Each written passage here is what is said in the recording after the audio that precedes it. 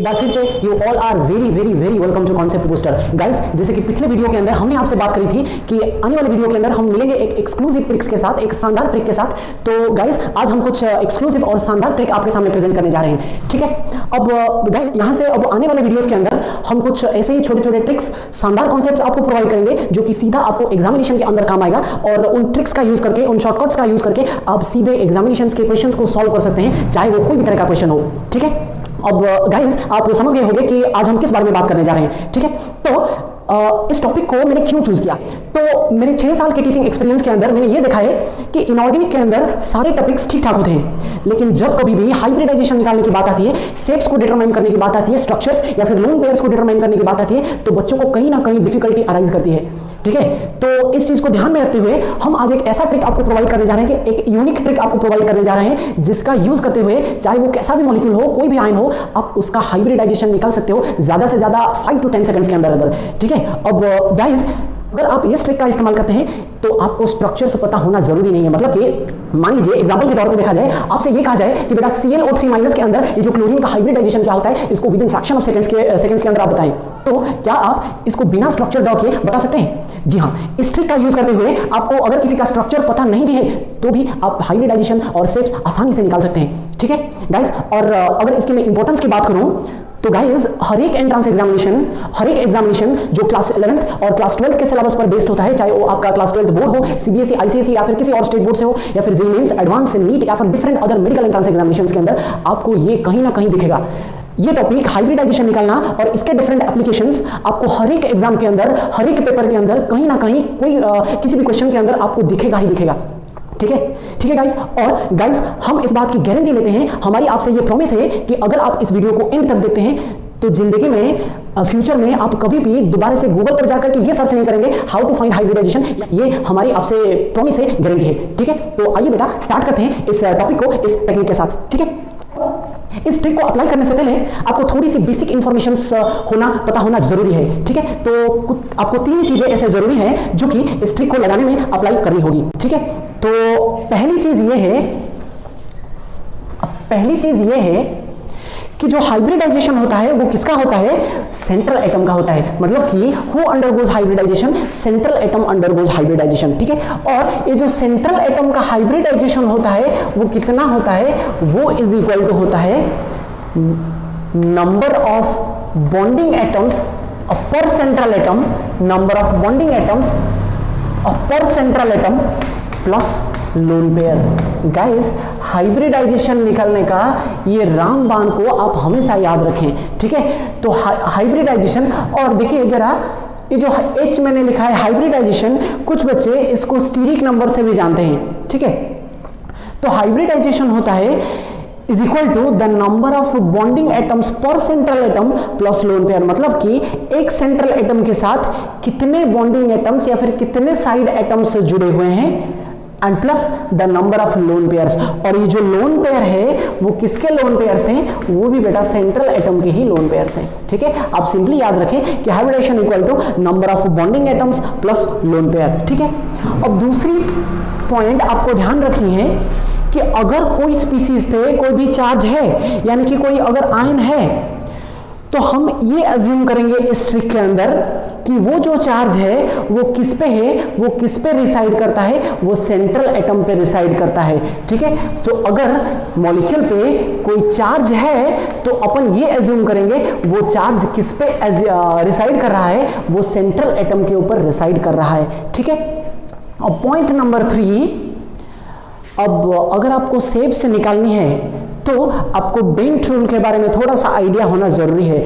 लेकिन हालांकि bent rule को एनसीईआरटी के अंदर कहीं भी डायरेक्टली मेंशन नहीं किया गया है, हाँ, लेकिन इसके इनडायरेक्ट एप्लीकेशंस कई जगह पर आपको एनसीईआरटी के अंदर भी नजर में आएगा, ठीक है। तो बेटा, बेंट रूल ये कहता है कि in case of sp3d hybridization, in case of sp3d hybridization, मतलब कि in case of trigonal bipyramidal geometry, अगर जो बॉन्डिंग एटम्स हैं वो डिफरेंट है या फिर अगर लोन पेयर्स इन्वॉल्व हैं तो उनके अंदर अरेंजमेंट कैसा होगा? कि जो लोन पेयर्स होते हैं they prefer to occupy the equatorial positions, the lone pairs prefer to occupy the equatorial positions and जो इलेक्ट्रोनेगेटिव सब्स्टिट्यूएंट्स होते हैं ये पसंद करते हैं एक्सियल पोजीशंस को ऑक्युपाई करना। ठीक है, जब अपन करेंगे एग्जांपल तो इसको जब अपन अप्लाई करेंगे तो ये आपको अच्छे से समझ में आएगा।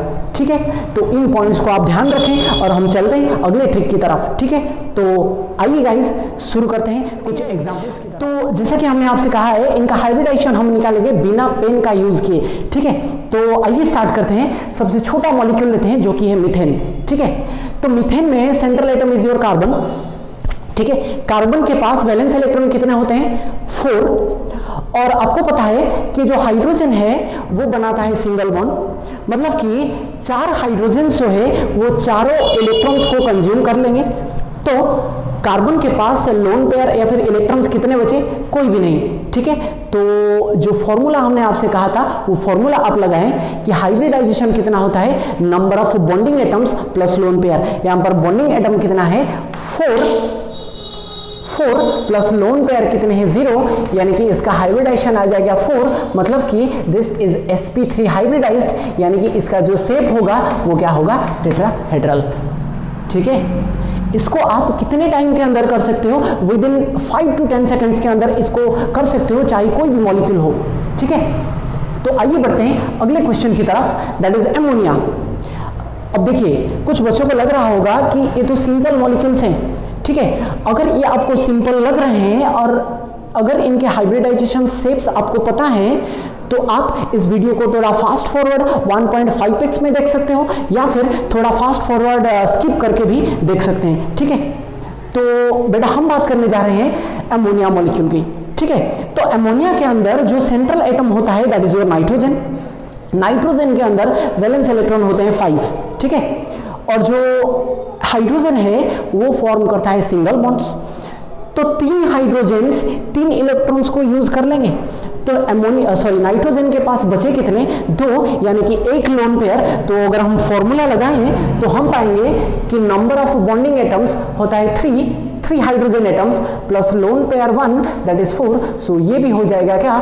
sp3 हाइब्रिडाइज्ड, यानी कि इसका ये होना चाहिए तो टेट्राहेड्रल, लेकिन लोन पेयर की वजह से ये थोड़ा सा बेंड हो जाएगा और इसका ज्योमेट्री आप पाएंगे पिरामिडल। ठीक है, तो आइए आगे बढ़ते हैं PCl5 की तरफ। तो PCl5 के अंदर आप देख पा रहे हो सेंट्रल एटम होता है फास्फोरस और फास्फोरस के वैलेंस इलेक्ट्रॉन्स होते हैं 5 और क्लोरीन फॉर्म करता है सिंगल बॉन्ड्स क्योंकि ये एक हेलोजन है। तो 5 क्लोरीन 5 इलेक्ट्रॉन्स को यूज कर लेंगे बॉन्डिंग के अंदर। तो इसके पास इलेक्ट्रॉन बचेंगे कितने? कोई भी नहीं, मतलब कि इसका जो लोन पेयर 0 होगा और इसका हाइब्रिडाइजेशन आप पाएंगे कि बॉन्डिंग एटम्स तो है 5 और लोन पेयर्स है 0, यानी कि 5 मतलब क्या हो जाएगा? Steric number that is sp3 d hybridization, मतलब इसका जो ज्योमेट्री होगा दैट इज ट्राइगोनल बाइपिरामिडल।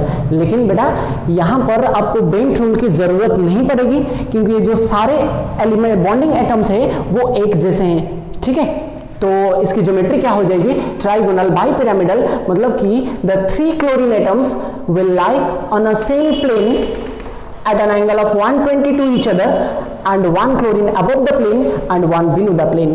ठीक है, अब आगे बढ़ते हैं PCl3F2 की तरफ। ठीक है, तो अब देखिए जरा, central atom is your phosphorus, valence electron होते हैं 5 और ये क्लोरीन फ्लोरीन दोनों ही सिंगल बॉन्ड का फॉर्मेशन करते हैं क्योंकि दोनों ही हेलोजेंस है। और इस फास्फोरस के 5 इलेक्ट्रॉन्स को ये 3+2 एटम्स जो है कंज्यूम कर लेंगे। तो फास्फोरस के पास बचेगा कुछ भी नहीं। ठीक है, तो अगर यहां पर आप हाइब्रिडाइजेशन निकालें that is number of bonding atoms that is 3+2 5 plus 0 lone pairs और टोटल आ जाएगा 5। तो यहां पर भी हाइब्रिडाइजेशन आपका क्या हो जाएगा? sp3d।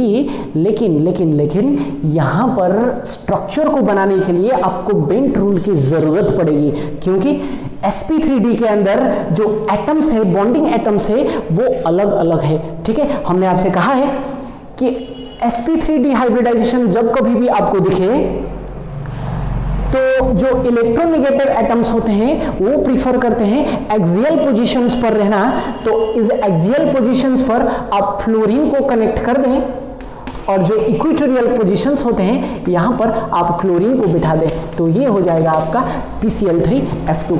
ठीक है, तो आइए बढ़ते हैं ClF5 की तरफ। ठीक है, जो ClF5 या फिर यहां पर आप BrF5 भी ले सकते हो। ठीक है, सो BrF5 में आप देखें जरा, central atom is your bromine और इसके पास जो वैलेंस इलेक्ट्रॉन होते हैं वो होते हैं 7।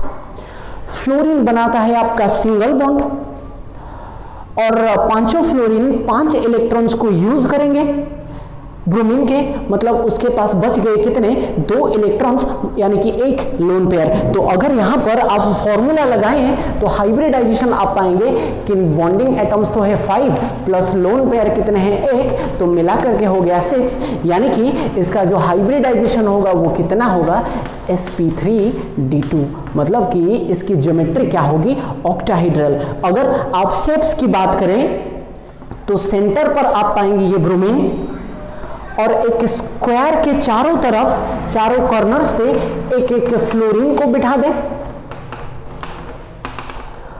और ये जो ऊपर और नीचे के पोजीशंस आप बचे यहां पर एक फ्लोरीन बिठा दें और यहां पर आपको एक लोन पेयर दिखेगा, ये वाला लोन पेयर। ठीक है, तो इसका शेप क्या हो जाएगा, योर स्क्वायर पिरामिडल। ठीक है, तो आइए बढ़ते हैं कुछ अगले क्वेश्चंस की तरफ जहां पर आपको थोड़ी सी डिफिकल्टी लेवल बढ़ती है। तो आइए देखते हैं कुछ और एग्जांपल्स जिनके अंदर हम इस ट्रिक को लगा करके बिना पेन का इस्तेमाल किए हाइब्रिडाइजेशन निकालेंगे। तो आइए देखते हैं। तो पहला मॉलिक्यूल आपको दिख रहा है XeO3, ज़ेनॉन ट्राइऑक्साइड। अब देखें, central atom is your xenon, उसके पास वैलेंस इलेक्ट्रॉन होते हैं 8, नोबेल गैस है, ऑक्सीजन बनाता है डबल बॉन्ड, तो 3 ऑक्सीजन जो है 6 इलेक्ट्रॉन्स का यूज कर लेंगे, तो ज़ेनॉन के पास बच गया कितना, 2 इलेक्ट्रॉन्स, यानी कि एक लोन पेयर। तो अगर आप हाइब्रिडाइजेशन निकालें वो कितना आएगा, आपका नंबर ऑफ बॉन्डिंग एटम्स है 3, मतलब 3 ऑक्सीजन एटम्स और लोन पेयर बचा 1, यानी कि 4, मतलब कि हाइब्रिडाइजेशन क्या आ जाएगा, sp3। तो ज्योमेट्री आनी तो चाहिए टेट्राहेड्रल, लेकिन आएगा क्या, पिरामिडल, क्योंकि जैसे कि अमोनिया के अंदर हो रहा था, लोन पेयर के प्रेजेंट होने की वजह से ये थोड़ा सा दब जाएगा। ठीक है, आप खुद ही सोचिए कितने टाइम के अंदर, कितने कम टाइम के अंदर आप इसको बिना पेन पेपर का यूज किए आप इसको कर सकते हो विद इन 5 सेकेंड्स। मैं आपको एक्सप्लेन कर रहा हूं इसलिए शायद टाइम लग रहा होगा। ठीक है, तो धीरे धीरे आप प्रैक्टिस करते जाएंगे तो आपकी हैबिट बनती जाएगी और आप दिमाग के अंदर ही इसका हाइब्रिडाइजेशन निकाल सकते हैं। ठीक है, तो आइए बढ़ते हैं XeF2। ठीक है, तो XeF2 में आप देखिए, central atom is your xenon, valence electron होते हैं 8 और फ्लोरीन करता है सिंगल बॉन्ड का फॉर्मेशन, मतलब कि 2 फ्लोरीन 2 इलेक्ट्रॉन्स का यूज करेंगे तो बच जाएंगे कितने, ज़ेनॉन के पास 6 इलेक्ट्रॉन्स, यानी कि 3 लोन पेयर्स। ठीक है, तो आप फॉर्मूला लगाएं कि number of bonding atoms is 2, 2 fluorine और लोन पेयर्स बचे कितने, 3, यानी कि 5। तो इसका हाइब्रिडाइजेशन क्या आ जाएगा, sp3d। लेकिन बेटा यहां पर आपको बेंट रूल की जरूरत पड़ेगी। ठीक है, हमने आपसे पहले ही कहा है कि जब कभी भी sp3d हाइब्रिडाइजेशन दिखे तो लोन पेयर्स कहां पसंद करते हैं, इक्वेटोरियल पोजीशंस पे रहना, और इलेक्ट्रोनेगेटिव एटम्स जो होते हैं वो कहां पसंद करते हैं रहना, एक्सियल पोजीशंस पर। ठीक है, तो बीच में आ जाएगा ज़ेनॉन और जो तीनों इक्वेटोरियल पोजीशंस होते हैं वहां पर ये लोन पेयर्स ऑक्युपाई उसको कर लेंगे और जो फ्लोरीन होता है वो इन एक्सियल पोजीशंस को ऑक्युपाई करेंगे, जिसके द्वारा इसकी ज्योमेट्री क्या आ जाएगा, linear. This will have a linear geometry. ठीक है, ओके, तो आइए बढ़ते हैं अगले क्वेश्चन की तरफ, दैट इज XeO2F2। अब इसके अंदर थोड़ा सा आप देखें, ज़ेनॉन के अंदर सेंट्रल एटम, ज़ेनॉन के अंदर वैलेंस इलेक्ट्रॉन होते हैं 8, फ्लोरीन फॉर्मेशन करता है सिंगल बॉन्ड का और ऑक्सीजन फॉर्मेशन करता है डबल बॉन्ड का, मतलब 2 ऑक्सीजन 4 इलेक्ट्रॉन्स को यूज करेंगे and these 2 fluorines will use 2 electrons, मतलब कि इसके हो गए 4, इसके हो गए 2, तो टोटल इलेक्ट्रॉन्स बॉन्डिंग के अंदर कितने चले गए, 6, तो इसके पास बच गए कितने, 2। ठीक है, तो आप फॉर्मूला लगाएं जरा, तो नंबर ऑफ बॉन्डिंग एटम्स हो गए 2 + 2 4 प्लस जेनॉन के पास लोन पेयर कितने बचे, एक, दैट इज 5, और यहां पर भी कितना आ जाएगा हाइब्रिडाइजेशन, sp3d। और गाइस मैं आपको थोड़ा सा वार्न कर दूं, यहां पर हमने आपसे कहा है number of bonding atoms, not the number of bonds. यहां पर गलती हो सकती है, सो केयरफुली इसको ऑब्जर्व करें। This is the number of bonding atoms, कितने सराउंडिंग एटम्स है, not the number of bonds, ठीक है। तो अगर आप देखें ये हो जाएगा आपका sp3d हाइब्रिडाइजेशन, मतलब कि ये भी ट्राइगोनल बाइपिरामिडल होगा, लेकिन लोन पेयर्स और ये डिफरेंट एटम्स होने की वजह से आपको बेंट रूल की जरूरत पड़ेगी, ठीक है। जैसे कि बेंट रूल ने कहा है कि अगर कोई लोन पेयर है तो वो पसंद करेगा कहां पर रहना, इक्वेटोरियल पोजीशन पे रहना। तो एक इक्वेटोरियल पोजीशन पे आप लोन पेयर को रख दें, और जो दो फ्लोरीन्स हैं, क्योंकि fluorine is more electronegative than oxygen, ये फ्लोरीन कौन सा पोजीशन को ऑक्युपाई करेगा, एक्सियल पोजीशंस, और जो ऑक्सीजन होंगे वो बचे हुए दो इक्वेटोरियल पोजीशंस को ऑक्युपाई करेंगे। और बेटा ये जो शेप आपको दिख रही है ना, जो कुछ ऐसे के टाइप का दिख रहा है, इसको अपन बोलते हैं सीसॉ ज्योमेट्री। इसको क्या बोलते हैं, सीसॉ ज्योमेट्री, इसको बोलते हैं सीसॉ ज्योमेट्री, ठीक है, इसको बोलते हैं सीसॉ ज्योमेट्री। ओके, तो आइए गाइस अगले क्वेश्चन की तरफ बढ़ते हैं, दैट इज SF4 सल्फर टेट्राफ्लूराइड, ठीक है। अब देखें central atom is your sulphur, sulphur के अंदर वैलेंस इलेक्ट्रॉन होते हैं 6, और फ्लोरीन के पास फ्लोरीन फॉर्मेशन करता है सिंगल बॉन्ड का। तो 4 फ्लोरीन्स 4 इलेक्ट्रॉन्स को कंज्यूम करेंगे, तो बच गए कितने इसके पास, 2, यानी कि एक लोन पेयर। तो आप लगाएं जरा फॉर्मूला, तो यहां पर आप पाएंगे कि नंबर ऑफ बॉन्डिंग एटम्स है 4, लोन पेयर है 1, और टोटल मिला के हो गया 5। तो इसका भी हाइब्रिडाइजेशन क्या आ जाएगा, sp3d, यानी कि ट्राइगोनल बाइपिरामिडल होना चाहिए। लेकिन अगर आप बेंट रूल को यहां पर भी अप्लाई करें तो आप ये पाएंगे central atom is your sulphur, जो बचा हुआ ये लोन पेयर है, this will occupy the equatorial position, और जो बाकी बचे हुए इक्वेटोरियल पोजीशंस है यहां पर भी आ जाएंगे फ्लोरीन, और यहां पर भी क्या आ जाएगा, फ्लोरीन, ठीक है। और ये भी आप अगर देख सको कि ये भी एक के टाइप का दिख रहा है, तो मतलब इसकी भी ज्योमेट्री क्या होगी, शेप क्या होगी, दैट इज सीसॉ ज्योमेट्री, ठीक है। तो आइए गाइस कुछ थोड़े और क्वेश्चंस को देखते हैं जहां पर अपन कुछ आयंस के, तो आइए देखते हैं कुछ आयंस को, ठीक है। तो पहले आयन आपके पास में है ClO3-, ठीक है। तो इसका भी हाइब्रिडाइजेशन आप बिना पेन पेपर का यूज किए निकाल सकते हैं। आइए देखते हैं कैसे। तो हमने आपसे कहा है कि अगर कोई चार्ज है तो अपन ये एज्यूम करेंगे कि एज इफ वो चार्ज किस पे रिसाइड कर रहा है, सेंट्रल एटम के ऊपर रिसाइड कर रहा है, ठीक है। तो देखिए जरा, क्लोरीन के ऊपर वैलेंस इलेक्ट्रॉन कितने होते हैं, 7, बट दिस इज Cl-, मतलब कि it is having 1 extra electron. तो मतलब क्लोरीन के पास अभी वैलेंस इलेक्ट्रॉन कितने हो गए, 8।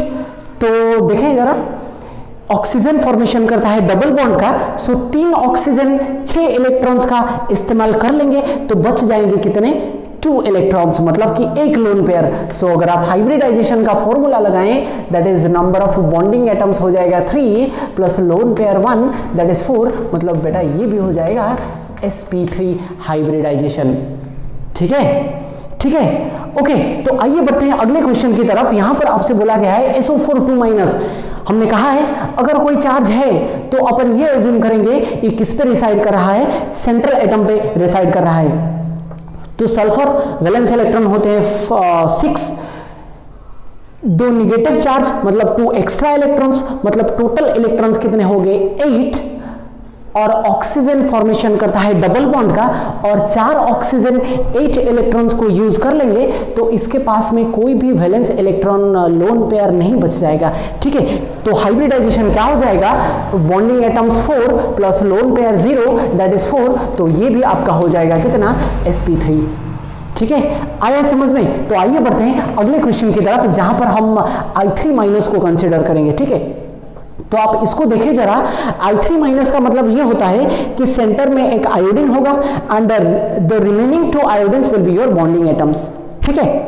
तो आयोडीन के ऊपर वैलेंस इलेक्ट्रॉन्स होते हैं 7, एंड वन नेगेटिव चार्ज, मतलब there is an extra electron, मतलब इलेक्ट्रॉन्स हो गए 8। और आयोडीन जो बॉन्डिंग साइड वाले आयोडीन्स है वो फॉर्मेशन करेंगे सिंगल बॉन्ड का, और जो इसका जो 8 इलेक्ट्रॉन्स था उसमें से 2 इलेक्ट्रॉन्स का यूटिलाइजेशन हो जाएगा और बच गए कितने 6, यानी कि 3 lone pairs will be there. So इसका हाइब्रिडाइजेशन अगर आप निकालें तो आप पाएंगे तो बॉन्डिंग एटम्स हो जाएंगे 2 प्लस लोन पेयर बचे 3, 5, मतलब कि ये हो जाएगा आपका sp3d, मतलब कि again this is your trigonal bipyramidal.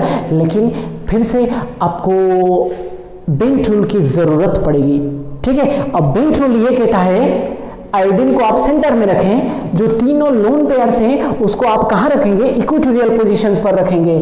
1 lone pair, 2 lone pair, 3 lone pairs, ये हो गए आपके एक प्लेन में, और 2 जो बचे हुए आयोडीन्स हैं वो आ जाएंगे एक्सियल पोजीशंस पर। मतलब अगर आप लोन पेयर्स को काउंट ना करें, इसकी ज्योमेट्री क्या हो जाएगी, लीनियर, ठीक है। और बेटा ये नीट के अंदर और जेई के अंदर आया हुआ क्वेश्चन है, ठीक है। तो आखिरी क्वेश्चन की तरफ बढ़ते हैं, that is NH4+ ammonium ion, ठीक है।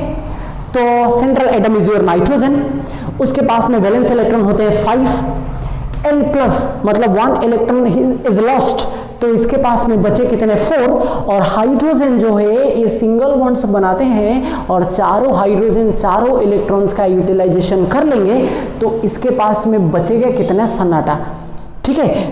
तो हाइब्रिडाइजेशन आप निकालें, नाइट्रोजन के पास में bonding atoms 4 plus lone pair 0, that is 4, मतलब ये भी क्या हो जाएगा, sp3। तो this is also a tetrahedral species.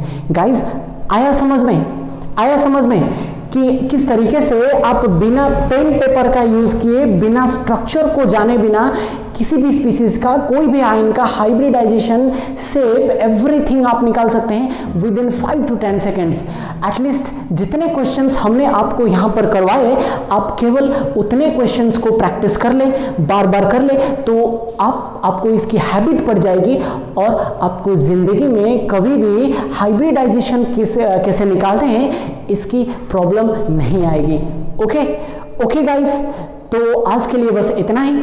तो मिलते हैं अगले लेक्चर के अंदर कुछ और नए कॉन्सेप्ट के साथ, एक शानदार ट्रिक के साथ।